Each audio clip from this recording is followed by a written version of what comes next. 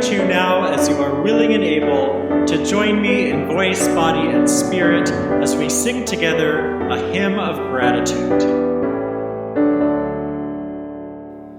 We sing now together our song of thanksgiving, rejoicing in codes which the ages have wrought, for life that enfolds us and helps and heals and holds us and leads beyond the goals which our forebears once sought.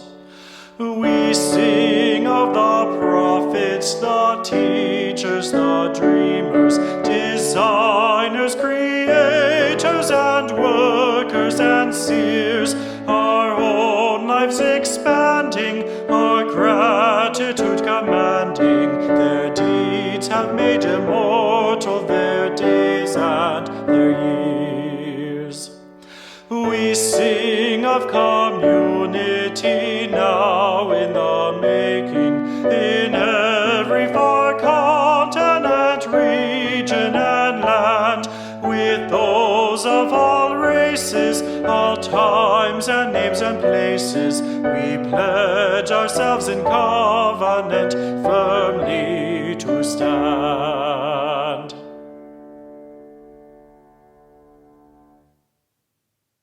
Good morning and welcome to First Unitarian Church of Rochester's online service. Here at First U, our mission is through spiritual connection and community. We listen deeply to others and ourselves, open to wonder and transformation, and serve with love and humility. I'm Shannon Foose, Membership Coordinator, and today leading service is a wonderful group of people. So I have lots of names to read, so hang in there with me. We have Reverend Sherry, we have Reverend Margalie, we also have Nicole DeGrosso and Jay Rowe, of course Tommy Snell, Brock and Arson on the organ and piano. We also have a special anthem from Kyle Massey Jess and Sasha Williams. We have a hymn by Dr. Glenn Thomas Rideout, and we have Allison, Lynn, and Megan helping us with our closing hymn. And as every week, behind the scenes, we have ushers, greeters, hosts, and we have, of course, our chat chaplain, who today is Susie Farrell. So if you're going through a tough time or you're worried about someone else, please reach out to her in a private chat, and she will connect you and support you. And of course, remember to stay after services to connect. We miss each other. We want to be together. Stay and have a conversation, drink your tea, drink your coffee, hang out together. Let's all take a deep breath.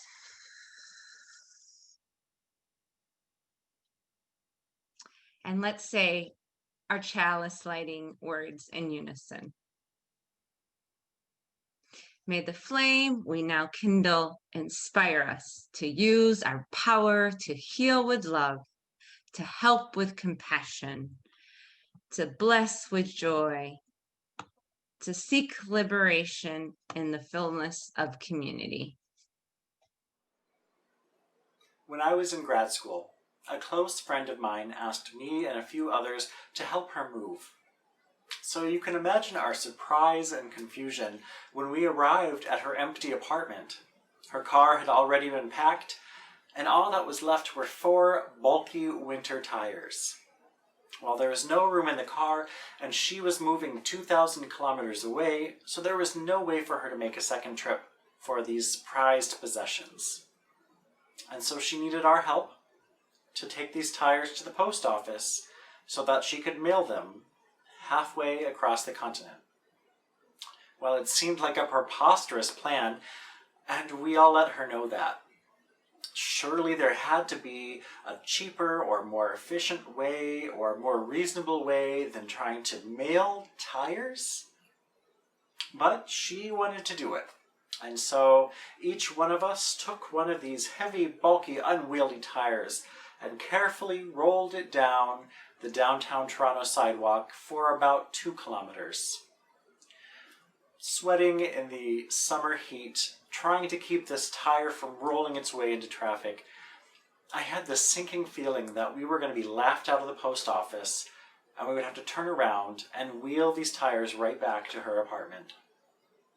And when we arrived, the postal workers were wide-eyed. Uh-oh. But they said it could be done, albeit for a chunk of change. Well, she was resolved, and so we packed the tires up carefully in cardboard boxes and lifted them onto the scales. And the moment of truth came. And a solemn postal worker announced a number far larger than I was even expecting. But my friend smiled.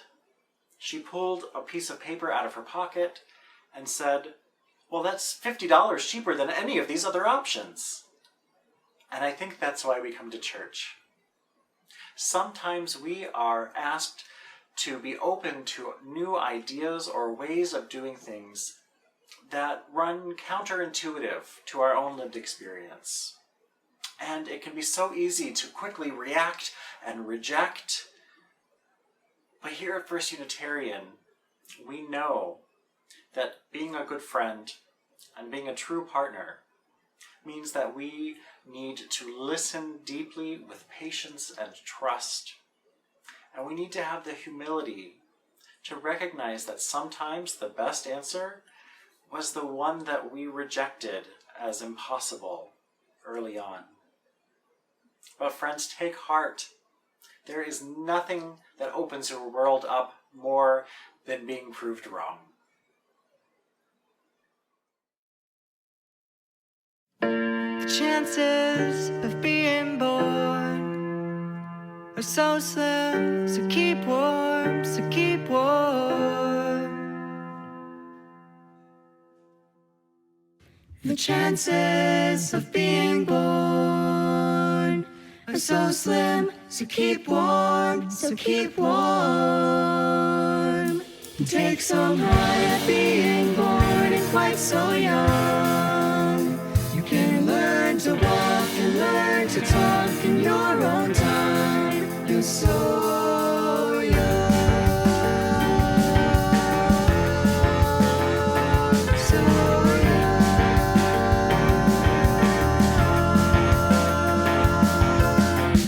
So take heart in being born, making plans that you can't keep, that you've outgrown.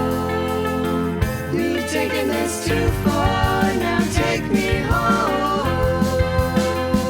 There's nothing to eat and there's nowhere to sleep in these four walls. You're so young, so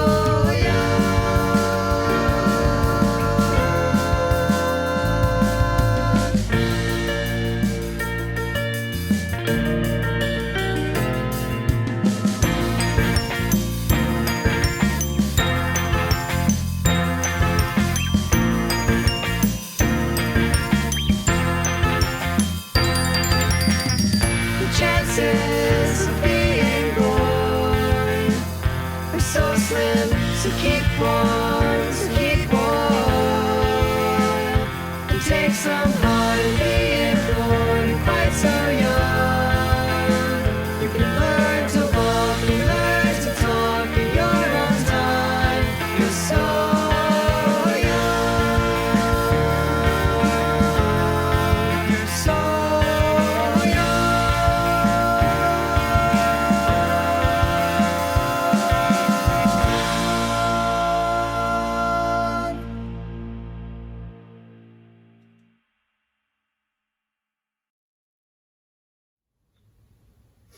What are you working on over there? Well, I'm trying to do some Christmas shopping. How's that going? Not great. I'd rather be shopping in actual stores in our actual neighborhood, but, deadly pandemic or whatever. Buying people stuff from Amazon just feels so impersonal. Right? And Jeff Bezos definitely doesn't need more of our money. For real. I've looked at some small businesses' websites, but I don't even know what people want or need anymore.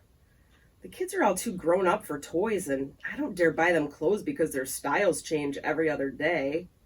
And our parents have all downsized and don't want more stuff. think they're even getting tired of my handmade gifts. Huh, never. Well, what do you want for Christmas? I don't know. An end to COVID, less gentrification and more affordable housing, justice for people denied human rights, a Peloton bike. Wait, that's it? You cannot afford a Peloton bike. No, not that. Pretty sure you can't end COVID either. If you can and you've been holding out, I'm going to be real mad. No, I can't do that either. But we can help with the housing and human rights stuff. Okay. The greater good. We set aside half of our money for the greater good, and then we spend half of our money on gifts. Right? But what if this year the greater good is the gift? What if we honor the people that we love by giving to the greater good in their name? Then we let them know that their gift is going to the Worker Justice Center of New York and City Roots Community Land Trust, and we tell them about all the great work that those organizations do. I mean, our friends and family all know that we go to church, but do they really know what our church does? This could be a cool way to show them how we're living our values. Brilliant. Let's do it. Yay. High five. What do you think, Bits? You in? Good girl.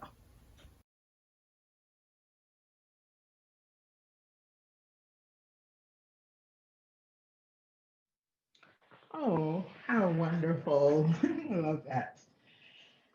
I invite you now into the spiritual practice of generosity. Each week, we take up an offering which is split between our church and organizations in the wider community that leads us in the work of justice and compassion.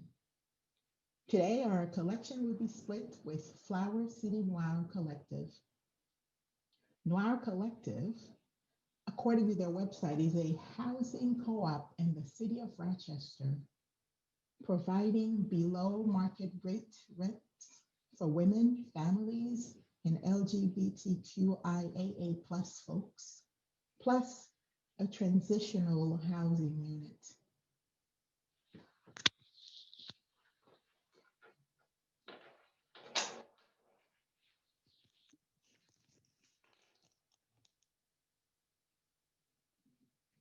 Can you hear me now? Okay. I will start over. I invite you now into the spiritual practice of generosity. Each week we take up an offering and split it between our church and organizations in the wider community that leads us in the work of justice and compassion. Today, our collection will be split with Flower City Noir Collective. Noir Collective, according to their website, is a housing co-op in the city of Rochester that's providing below market rate rents for women, families, and LGBTQIAA+ folks, plus a transitional housing unit. Noir Housing provides supportive services in the form of life skills, mentorship, and community resources that empower folks, increasing stability and quality of life. There are many ways for you to give, including Venmo, Simple Church, or by mailing a check.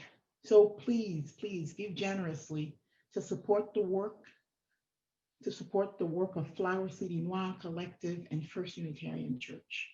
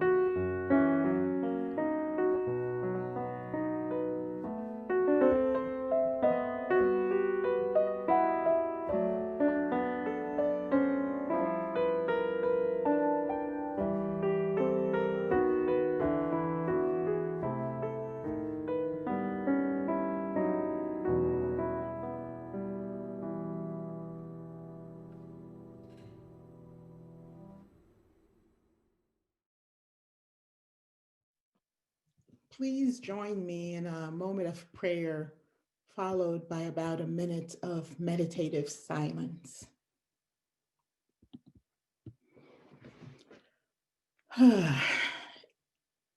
As we enter the holiday season, having been kicked off with Thanksgiving this past Thursday, we have so much to be grateful for, though it may not always be so obvious.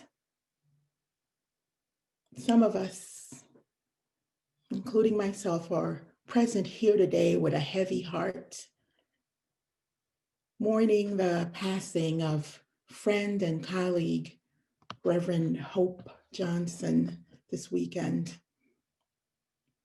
And this is just 10 days following the death of another colleague, Reverend William Chester McCall.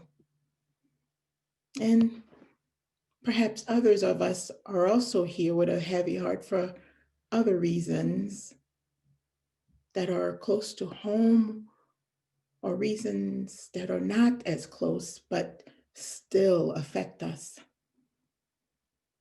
such as the injustices, pains, and sufferings in the world that we witness daily, that we might feel helpless to do much about. Still, we invoke you today, spirit of gratitude, spirit of abundance. And let's not forget you, spirit of love. There is much to be thankful for.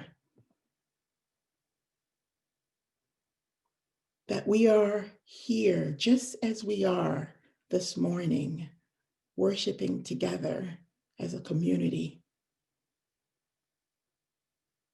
That we are capable of love and compassion. That we can commit to doing our best always, as we have been reminded to practice all month through November's theme of holding nothing back.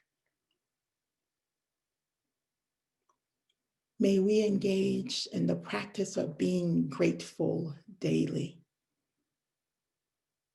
May we allow the spirit of abundance to work through us. May we love and show compassion to ourselves first, so that we can be wholeheartedly loving and compassionate with others.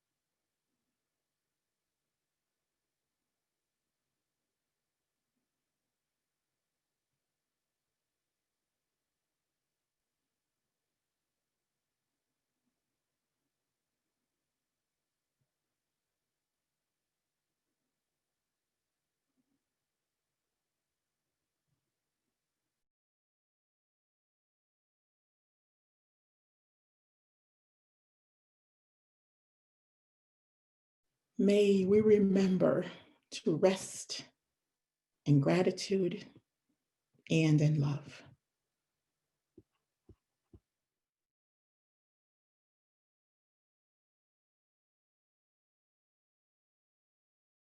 Circle round for freedom, circle round for peace, for all of us imprisoned, circle for release, circle for the planet, circle for its all, for the children of our children. Keep the circle whole. circle round for freedom,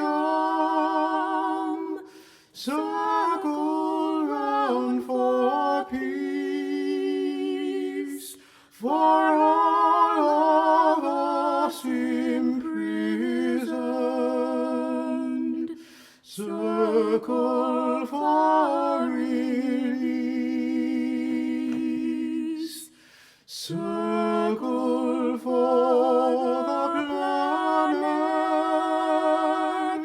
circle for its soul, for the children of our children. Keep the circle whole. Circle round for freedom, circle round for peace, for all of us imprisoned, circle for release, circle for the planet, circle for its soul, for the children of our children.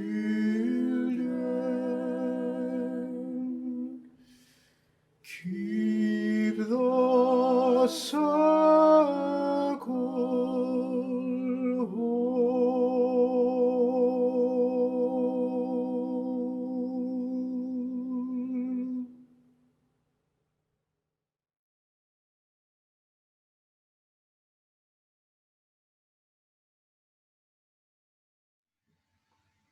It violates my moral and aesthetic sensibilities to start too soon after that song of freedom. So we continue in prayer with a poem by John Sanger that Reverend Margalie passed along to me. John was a member of the Church of the Larger Fellowship, our largest Unitarian Universalist church, a church that long before any of us were doing it had been meeting online, meeting at a distance, meeting with the resources available to that community that gathered, in large part because a large portion of the congregants were imprisoned and so did not have the option of joining in one place together, did not have the option of joining hands, did not have the option of hugging each other, and instead found a way to create religious community through correspondence, through individual and personal stirrings brought together as offerings in community whenever possible. We've learned much from the Church of the Larger Fellowship and those in prison as we work now to build religious community at a distance. And so I start with a poem from John called Winter's Call. Winter speaks to my spirit in subtle ways as the off-center sun radiates sideways light, creating colors and perspectives not seen in other seasons. During the day, the leafless trees open the wide and empty sky to my view. At night, stars sparkle their divine energy through the bare branches. Sometimes, late at night, the busyness of the day has subsided and I am alone. I hear the sky gently humming a sound that resonates from deep in the throat of the universe. It is a call to the mat. It is an emptiness that beckons me to stillness, to sit, to calm my mind, to breathe, to become the sound, even for only a season. to become the sound that is deep in the throat of the universe is as good a goal for this short time that any of us have between birth and death. And even if only for a season, John was called to the mat. He died recently, but he took up this great human work of spending his life growing his soul. But he knew that was not a given. The conditions that make that possible, the container of community and covenant that we grow here in Unitarian Universalism to invite those stirrings and breathings of spirit are too often dashed in the busyness of life. But for John in particular, the dehumanizing aspect of the experience of being imprisoned. And so I offer a second reading, another poem from John Sanger called Burnt Orange, that I think we have to hold as we take the measure of a man's life, as much as a few hundred words can manage. We have to hold these in tandem. They speak to two truths that he knew intimately. Burnt orange. Inmates are not people. They're dehumanized the moment they put on the orange jumpsuits. The guards are trained to see them as non-human, and the public generally doesn't care about them one way or another. Both seem to forget there are hearts beating inside the bodies that wear those ugly, dehumanizing uniforms. Those ugly, dehumanizing uniforms on the bodies and souls of people on either side of bars, both generally forgotten by the public that doesn't care about them one way or the other. This, like that deep, guttural humming of the universe, was a truth that John knew well. And so on this last Sunday in our month, where our theme is holding nothing back, it is incumbent on me, a minister of this church, to talk about one of the truths, one of the moral claims that I think our faith stakes on this world. I will admit, as a relatively new member of this community, perhaps not as new as some of you, but certainly I haven't been here for nearly as long as many of you. I've been shy. I've been closeted about this truth. In a minister's first year, who wants to talk about prison, really? Who wants to talk about this thing that we'd rather not look at, not pay attention to? And yet I was reminded recently that the Reverend Richard Gilbert, in his first year of ministry here at this church, as we compared what the first years of ministry at First Unitarian Church of Rochester were like for the respective leaders, he recalled that about a year after he arrived, a nearby prison rose up, proclaiming their humanity. Prisoners at Attica, 33 of them were killed, alongside 10 people who worked at the prison, in what is called alternatively a riot or an uprising, depending on your political or social leanings. That Attica happened shortly after the Reverend Richard Gilbert arrived here. And the ministry that he arrived to, inconveniently and yet dragged kicking and screaming, was one that proclaimed that prison was not a part of the moral arc of the universe that we are leaning toward. Last week, we talked about the ways in which Unitarians here on this North American continent helped create a myth of Thanksgiving that attempted to build national unity, but has had collateral damage that we are working to undo now. I'm afraid to say that Unitarians and Universalists as well, but the Unitarians in particular, play a special role in the creation of prisons and our penal system. But I come out to you now as a person on a different place in our relationship to prisons. If our forebears 3 centuries ago thought public floggings were too torturous and therefore a penitentiary where one might be able to do penance and reform and rehabilitate was the possibility for a more humanizing justice system, we can say now with the benefit of a rear view mirror, it has largely not worked. And so I come to you at a different place with the benefit of 300 years of having tried this social experiment that is jails and prisons,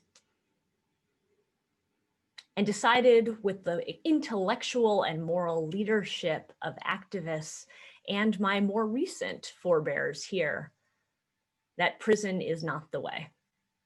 And so we end our month of holding nothing back by me coming out of the closet as a prison abolitionist.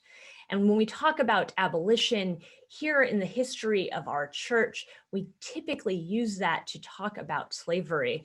But now in 2020, abolition, for those who are active in using this word, active in calling forward and ushering forward a vision of freedom for more, a freedom for all, but more is the only way we get to all.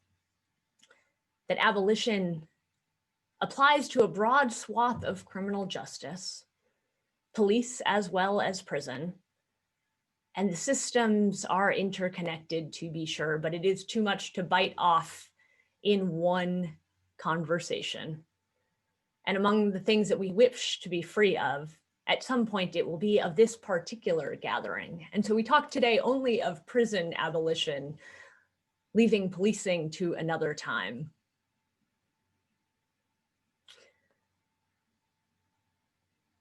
I told you before that Unitarians, alongside Quakers and other religious liberals here in North America, devised prisons as a place where we might be rehabilitated from crime. Part of my journey to abolition, as someone who's had only tangential experience with the penal system, has been the awakening that our legal system, that our criminal justice system, that those who run prisons and those who sentence people to minimum sentences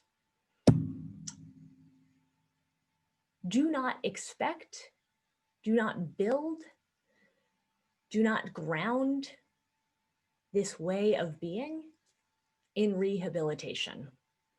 Perhaps you, like me, have been holding on to that myth, that hope, that those in prison are given a chance to repent, to consider, to find ways to grow their souls, to find ways to be more loving and more just. Perhaps you, like me, have held on to this fantasy because somewhere you have been taught this. Because somewhere along the way, you have found extraordinary and unusual stories of folks who have come out of prison better than they went in.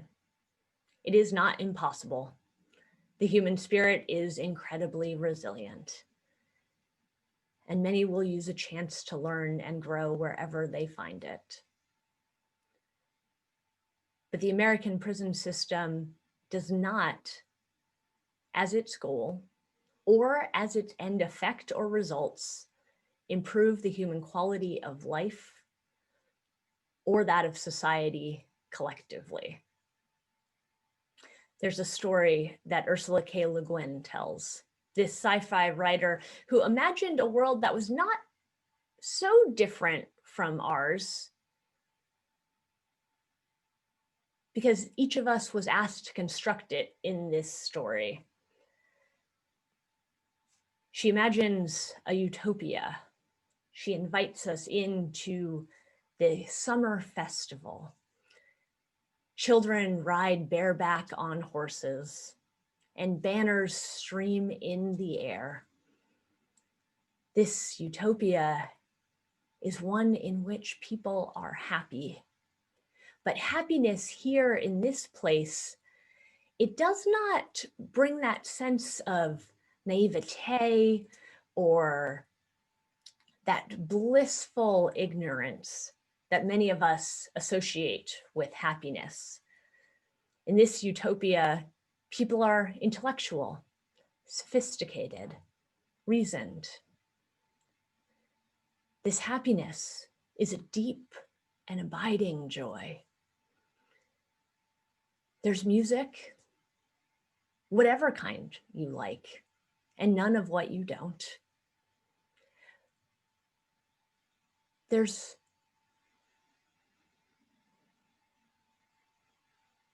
happiness and love and sex, and the fruits of that joy are children who are parented by everyone collectively.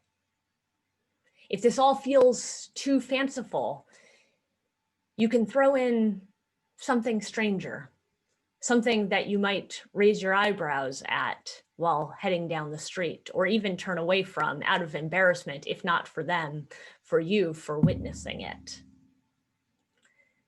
There's even in this utopia, so that you'll believe it, because we don't want it to be too naive, we don't want it to feel too fanciful. There's even drugs in this utopia. Nobody really uses them because they don't need to, and it's not even habit forming. But it's all to say that this utopia is real in this story, and all are invited to it. This place called Omelos, though, that happiness is undergirded by one other truth that makes it all the more real. In this place, there is a child locked in a room that many have seen firsthand and others still know only by reputation, and yet every adult knows that this child is there.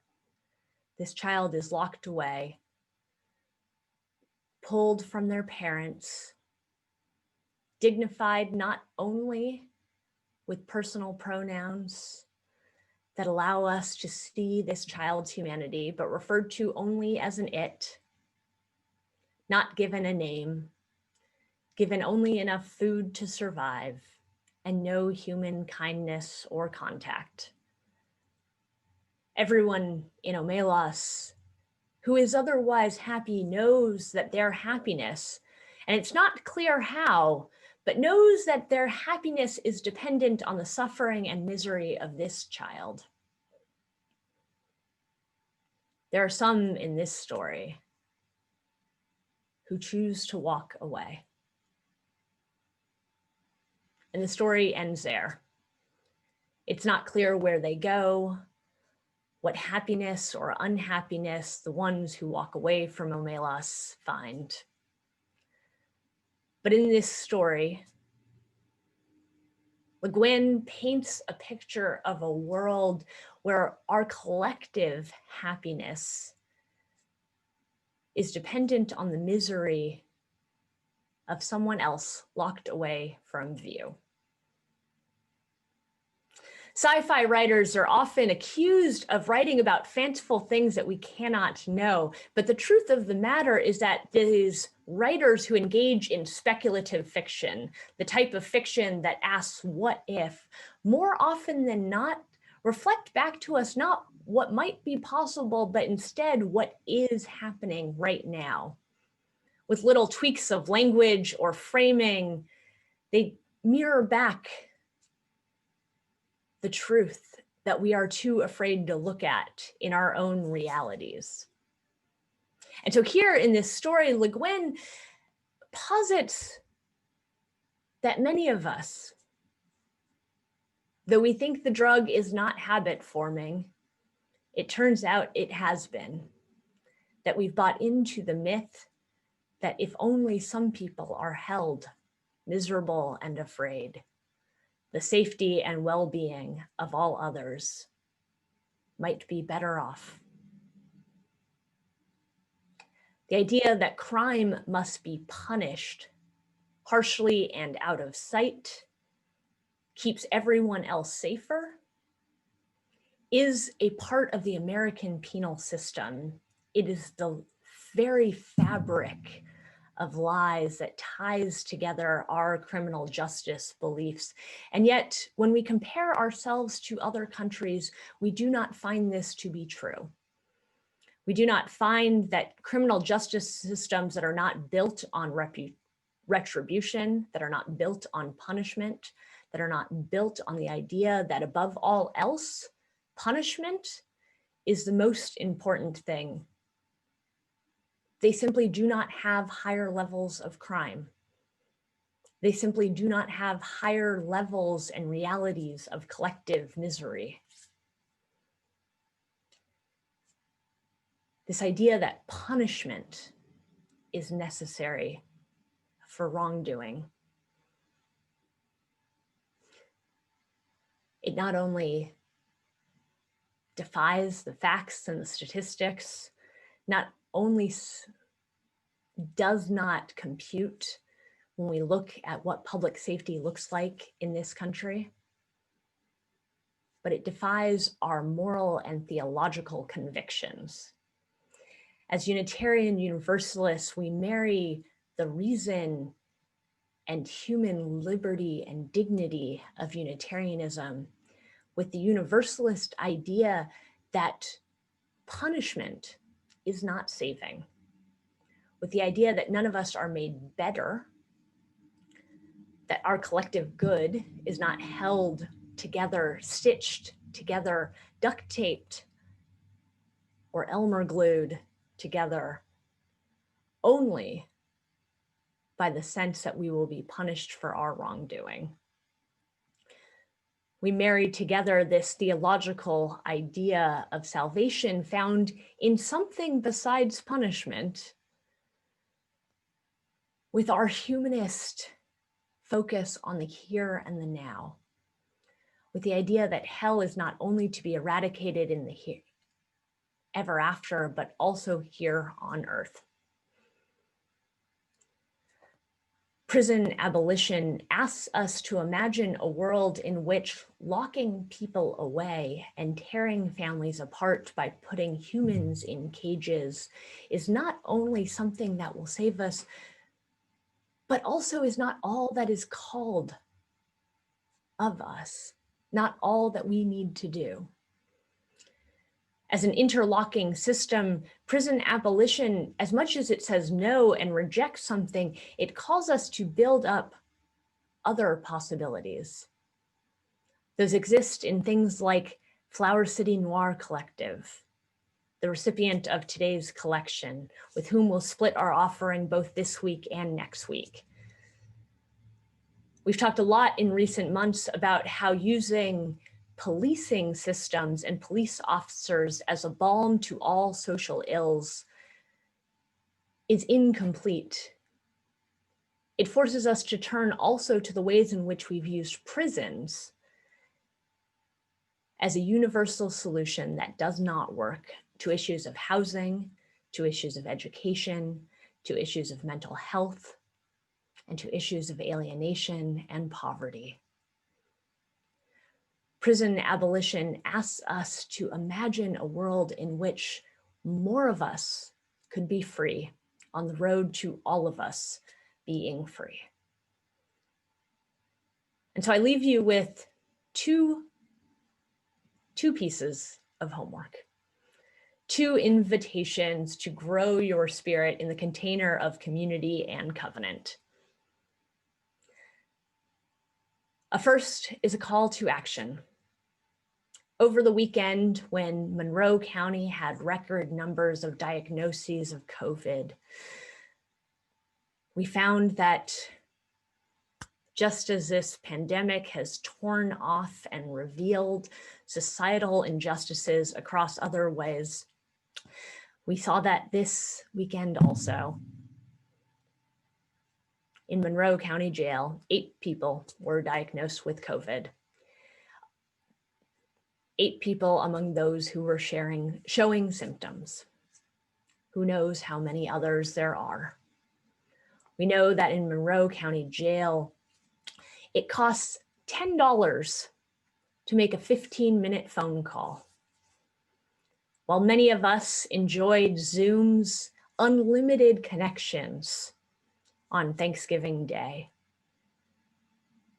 I imagine the weekend might have been a lot more expensive to many of you if you meted out those 15 minutes with the people that you loved and paid $15 each. The ways in which prison amalgamates these problems of housing and poverty and mental health and isolation, snowballing injustices, is something we can wedge ourselves into right now. I invite you to call Monroe County Sheriff Todd Baxter and ask that we do away with the $10 for a 15-minute phone call. It is an almost $1 million industry here in our little city of Rochester. And it was quite lucrative in other places as well. But companions on this journey, like New York City, have done away with the for-profit prison telecom industry. And we could do the same here. We could do the same and fight for more freedom. Meted out spoonful by spoonful, helping more of us get free on the road to all of us getting free. And I invite us, as we continue in our conversation, our collective conversation around abolition, to not only take my word for it, but to investigate your own soul, your own spirit, to know that the sunlight filtering on this winter morning that John Sanger felt is an invitation not only to the mat for him, but an invitation to the mat for you. The meditation mat and the wrestling mat, that place of stillness within us and that great wrestling with the divine that each of us is called to. And I invite each of us, as we continue in our conversations around collective accountability and transformative justice, to over the next week, imagine a time in which you were able to grow, to change, and to transform. A time when you changed your mind. Did it happen in the context of punishment? Of consequences, perhaps? But my suspicion is not in isolation, not in shame. But I don't know what your answer will be. This spiritual homework is yours to do. And I invite you to let me know about it. I'd like to know about the answer that you come up with. Whether it's in a small group gathering or by email or by talking with each other in small groups. I invite each of us to imagine a time in which we as individuals became more free. We will need to, all of us, become more liberated on the road to making more free so that all of us may be free. May it be so. Amen.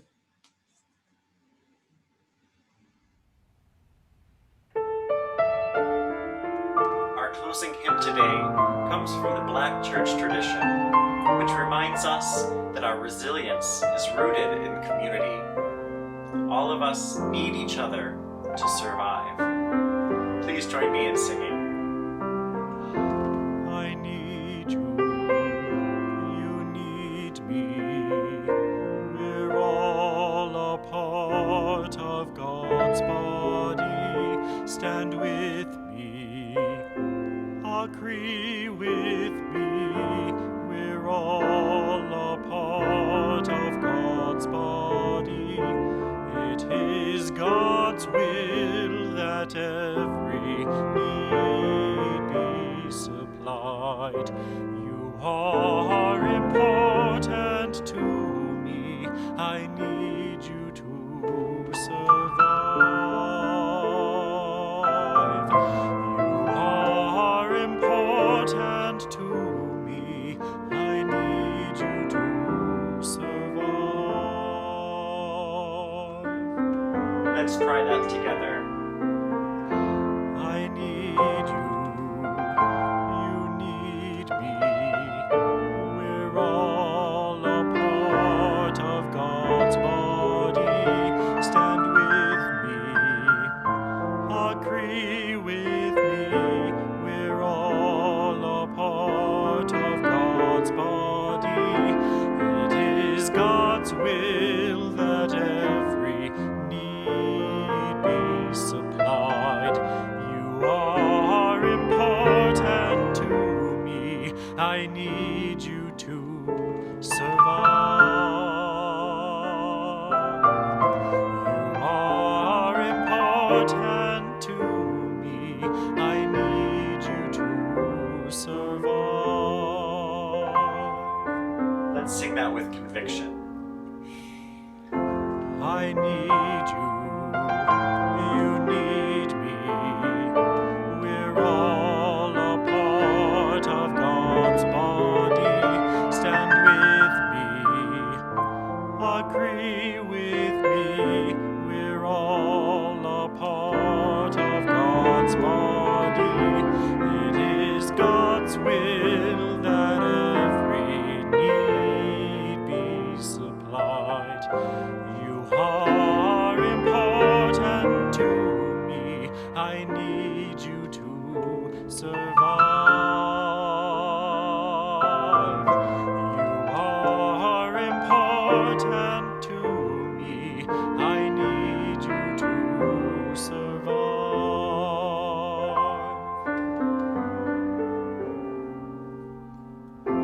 I pray for you. You pray for me. I love you. I need you to survive. I won't harm you with words from my mouth. I love you. I need you to survive. I pray for you, you pray for me. I love you, I need you to survive. I won't harm you with words from my mouth. I love you, I need you to survive. I pray for you, you pray for me. I love you, I need you to survive. I won't harm you with words from my mouth. I love you, I need you to survive. I pray for you, you pray for me. I love you, I need you to survive. I won't harm you with words from my mouth. I love you, I need you to survive. I pray for you, you pray for me. I love you, I need you to survive. I won't harm you with words from my mouth. I love you, I need you to survive. I pray for you, you pray for me. I love you, I need you to survive. I won't harm you with words from my mouth. I love you, I need you to survive. In the words of Reverend Teresa Soto, all of us need all of us to make it. Friends, may the confession of our deep interdependence be the song on our tongue and the prayer in our heart. May it be so. and amen.